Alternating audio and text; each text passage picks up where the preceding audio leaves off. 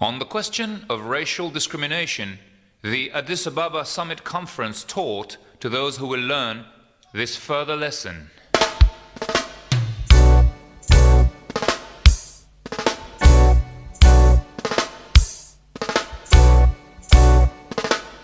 Peace. Rastafari is a prince of peace. That until the philosophy which holds one race superior and another inferior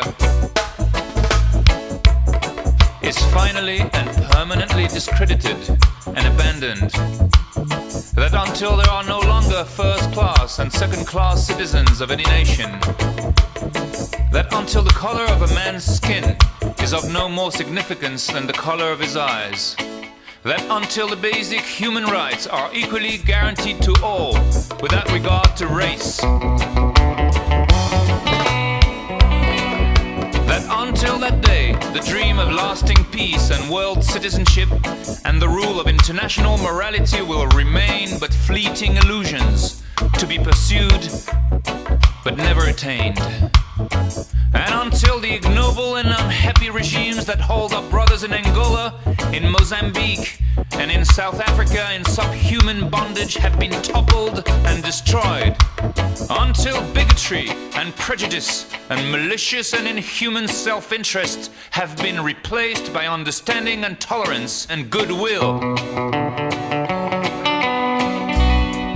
Until all Africans stand and speak as free beings, equal in the eyes of all men, as they are in the eyes of heaven. Until that day, the African continent will not know peace. We Africans will fight if necessary, and we know that we shall win, as we are confident in the victory of good over evil.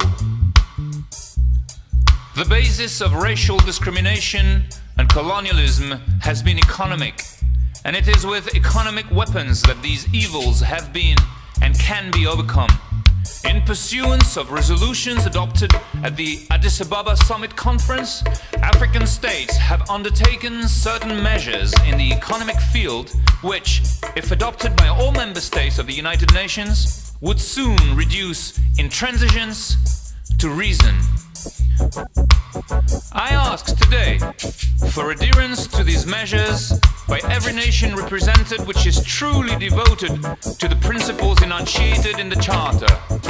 We must act while we can, while the occasion exists to exert those legitimate pressures available to us, lest time run out and resort be had to less happy means. The great nations of the world would do well to remember that in the modern age, even their own fates are not wholly in their hands.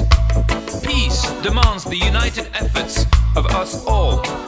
Who can foresee what spark might ignite the fuse? The stake of each one of us is identical: life or death.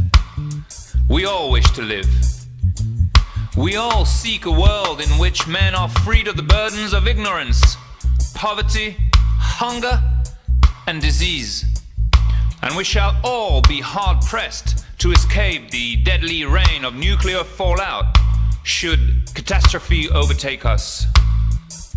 The problems which confront us today are equally unprecedented. They have no counterparts in human experience. Men search the pages of history for solutions, for precedents, but there are none. This, then, is the ultimate challenge. Where are we to look for our survival, for the answers to the questions which have never before been posed? We must look first to the Almighty God, who has raised man above the animals and endowed him with intelligence and reason. We must put our faith in him, that he will not desert us or permit us to destroy humanity which he created in his image.